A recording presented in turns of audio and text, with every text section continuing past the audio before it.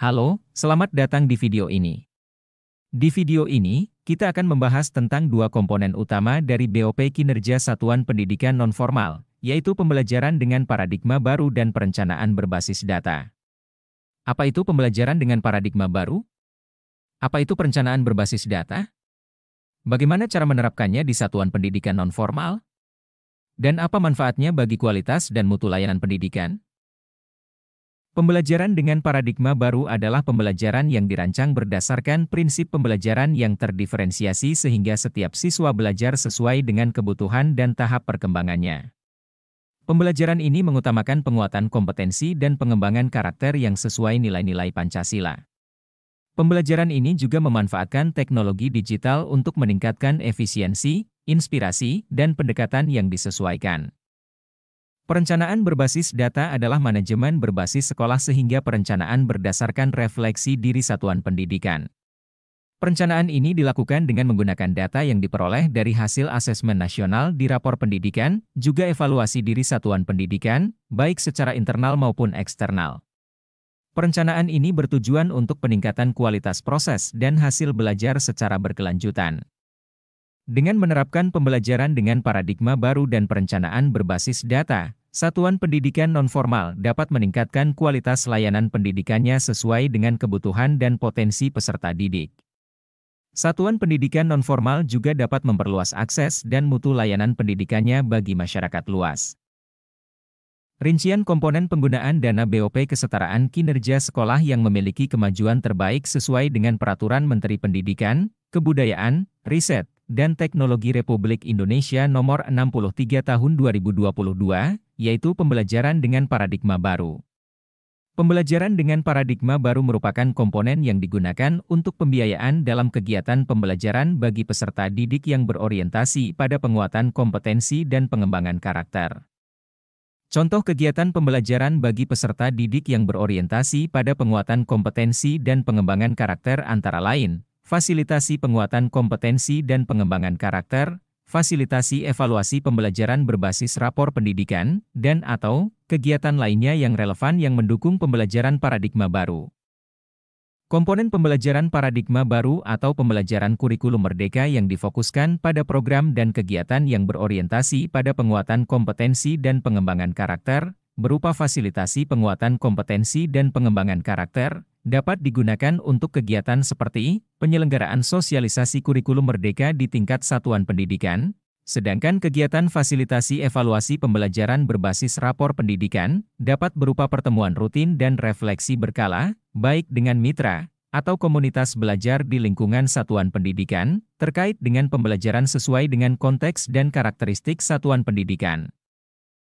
Kegiatan perencanaan berbasis data lebih mengedepankan bagaimana satuan pendidikan dapat melaksanakan program penguatan manajemen tata kelola satuan pendidikan dan penguatan kapasitas tata kelola satuan pendidikan.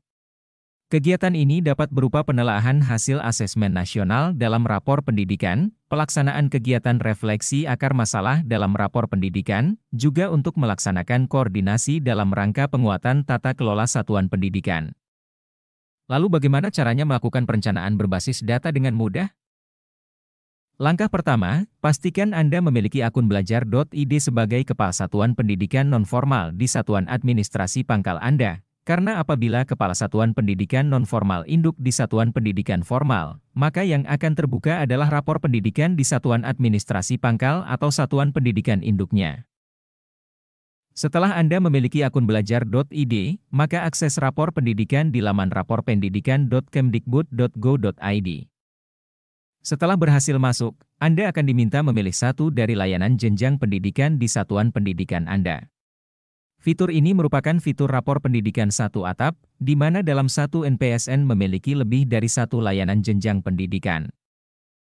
Setelah Anda membuka rapor pendidikan, Anda akan melihat 6 indikator prioritas untuk Dasmen dan 8 indikator prioritas untuk SMK. Kemudian, pilih indikator-indikator prioritas dengan urutan warna merah, kuning, atau hijau.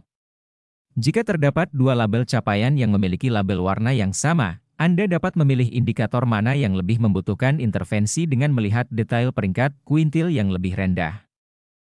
Jika pada peringkat masih memiliki nilai yang sama, Anda dapat memilih indikator mana yang lebih membutuhkan intervensi, perbaikan dengan melihat delta atau kenaikan, penurunan capaian dengan prioritas penurunan yang paling tinggi, atau kenaikan yang paling rendah. Jika delta sama, maka Anda dapat membandingkan skor capaian dengan klik apa arti capaian saya. Pilih indikator yang memiliki skor lebih rendah. Dari masalah yang dipilih, klik pelajari akar masalah. Anda akan melihat 4 kartu akar masalah dari indikator level 1 dan level 2 yang menyertainya.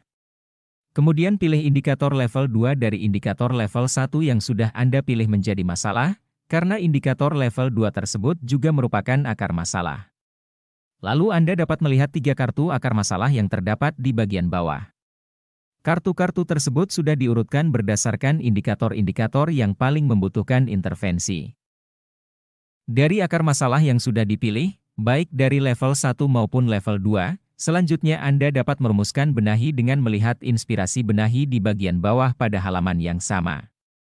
Pilihlah sebagian atau seluruh inspirasi kegiatan benahi. Untuk memilih inspirasi kegiatan benahi, Anda dapat mempelajari dari lihat di Merdeka Mengajar. Dari inspirasi benahi yang sudah dipilih, rumuskan kegiatan yang sesuai dengan daftar kegiatan di Arkas. Setelah Anda melakukan identifikasi untuk memilih dan menetapkan masalah, memilih akar masalah, dan merumuskan kegiatan untuk membenahi akar masalah, maka Anda dapat memasukkan kegiatan benahi ke dalam dokumen rencana kerja tahunan atau RKT. Satuan pendidikan melakukan review dokumen RKT yang sudah lengkap. Hasil review dapat berupa penambahan atau pengurangan kegiatan. Kegiatan yang dimasukkan ke dalam lembar kerja Arkas merupakan kegiatan yang membutuhkan anggaran untuk pelaksanaannya. Kolom benahi di lembar kerja Arkas dipindahkan dari kolom inspirasi kegiatan benahi yang terpilih dari RKT. Kemudian pindahkan contoh kegiatan Arkas yang terpilih dari RKT ke dalam kolom kegiatan di lembar kerja Arkas. Selanjutnya, kolom penjelasan kegiatan diisi dengan rincian kegiatan apa saja yang ingin dilakukan sesuai dengan yang terdapat pada kolom kegiatan. Uraian kegiatan diisi dengan rincian barang dan jasa yang dibutuhkan untuk melaksanakan kegiatan. Kolom jumlah dan satuan berisi jumlah barang dan jasa juga satuan yang dibelanjakan dalam 1 tahun. Kolom harga satuan berisi harga per satu satuan, rujukan dapat melihat ke aplikasi eSIPLAH atau sumber lainnya yang relevan. Kolom total berisi perkalian antara jumlah dan harga satuan. Setelah semua kegiatan dimasukkan ke dalam lembar kerja Arkas, Anda dapat melakukan review terhadap jumlah total anggaran. Jika jumlah total anggaran melebihi estimasi total anggaran yang dimiliki, maka Anda dapat mengurangi jumlah barang, jasa, atau bahkan jumlah kegiatan. Sebaliknya, jika jumlah total anggaran kurang dari estimasi total anggaran yang dimiliki, maka Anda dapat menambahkan jumlah barang, jasa, atau bahkan jumlah kegiatan. Jika total anggaran sudah sesuai, direview dan disetujui, masukkan lembar kerja Arkas ke dalam aplikasi Arkas. Setelah tahap ini selesai, Anda sudah mempunyai dokumen Arkas untuk satuan pendidikan Anda. Lembar kerja ini bisa Anda dapatkan pada menu unduhan di rapor pendidikan, tentu saja apabila tingkat partisipasi asesmen nasional pada satuan pendidikan Anda memenuhi ketentuan tingkat partisipasi agar diperoleh data yang memadai. Anda baru saja menyaksikan video tentang pembelajaran dengan paradigma baru dan perencanaan berbasis data di satuan pendidikan nonformal. Kami berharap video ini dapat memberikan Anda wawasan dan inspirasi untuk meningkatkan kualitas layanan pendidikan Anda. Jika Anda tertarik untuk mengetahui lebih lanjut tentang topik ini, Anda dapat mengunjungi laman Kemdikbudristek atau melalui media sosial. Terima kasih telah menyaksikan video ini. Jangan lupa untuk like, share, dan subscribe. Sampai jumpa.